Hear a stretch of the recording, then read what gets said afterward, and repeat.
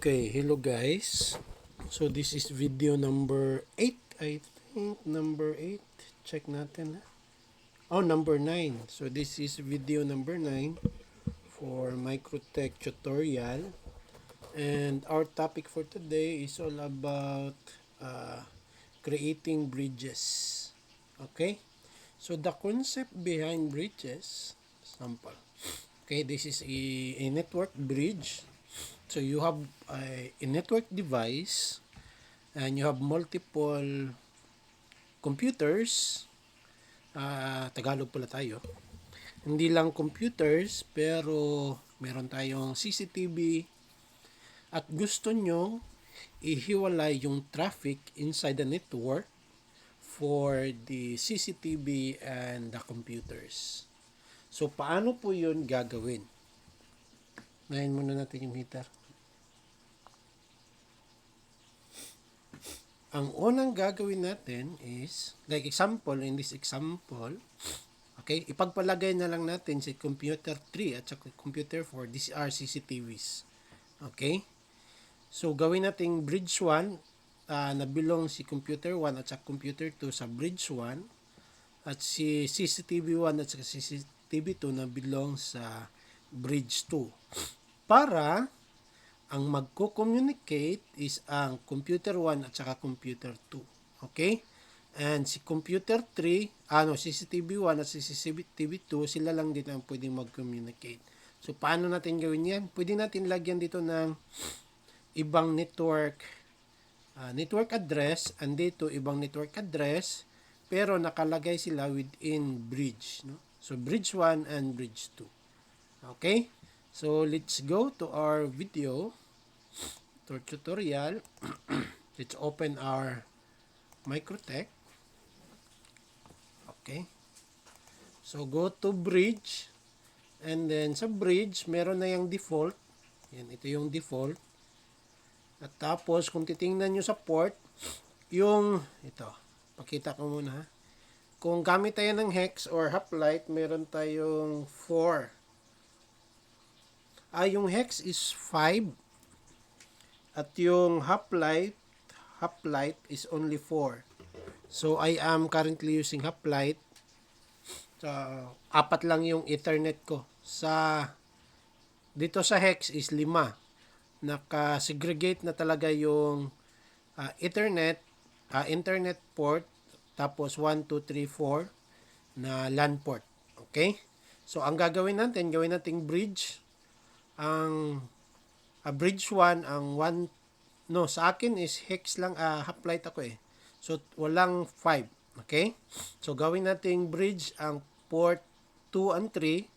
And number 4 is the bridge 2 para sa CCTV. Ang bridge 1, ang port 1, hindi niya natin isali sa bridge kasi naka 1 yan. WAN. So, wide area network, yun yung dalusan ng internet connection natin. Okay? So, ang una natin gagawin, meron na tayong ditong bridge. No? Name niya is local bridge.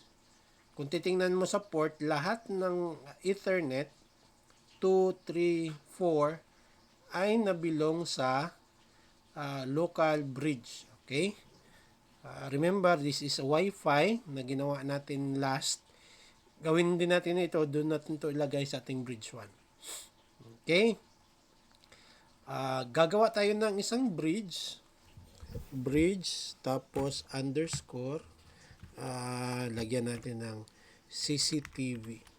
Okay? Apply, then, okay. Okay? And then,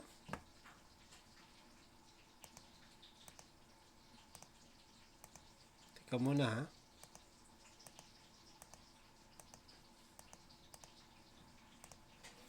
Then, yung port, punta ka sa port. So, na-designate natin dito, double click lang yan. So, naka-local bridge na yan, di ba? So, hindi na natin yan pansinin. Ang Ethernet 3, naka-bridge local na din. So, at saka ito, ginawa nating sa bridge local. Si Ethernet 4 lang ang gawin nating bridge CCTV, bridge for CCTV, no? So pwede nating extendan. Okay, so nagiging bridge CCTV na siya. Ang mangyari dito, lahat ng traffics like sa ating AP na ginawa dati at saka yung port 2 at saka port 3 ay dadaan sa bridge local. Pero ang traffic ng Ethernet Ether 4 ay pupunta sa bridge na CCTV. To, dito siya pupunta. So dito siya pupunta. Okay?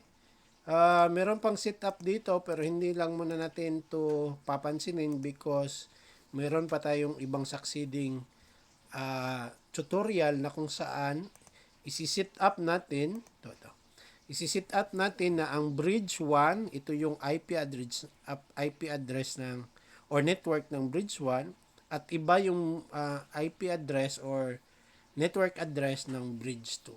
So, okay? So that's all for this video. Bale, meron pang isa. Bale, 'di ba yung hoplite natin is port 4 lang? So paano kung may 10 kang CCTV or 5 CCTV or 4? Kasi 4 na nasulok ng bahay nyo sa labas, nilagyan mo ng CCTV. So gagawa ka ng isang extension, bibili ka ng LAN switch, pero yung switch connected dito sa port. So ibig sabihin, anuman ditong kahit na ilang ports yung sa switch na dinugtong nyo, pero connected pa rin siya sa number 4. So pasabot, ibig sabihin, under pa rin siya sa bridge na CCTV. So kung ano yung nakaset up na IP dito, yun yung tatagos dito sa ating extended na switch. Okay? So that's all for our video for today.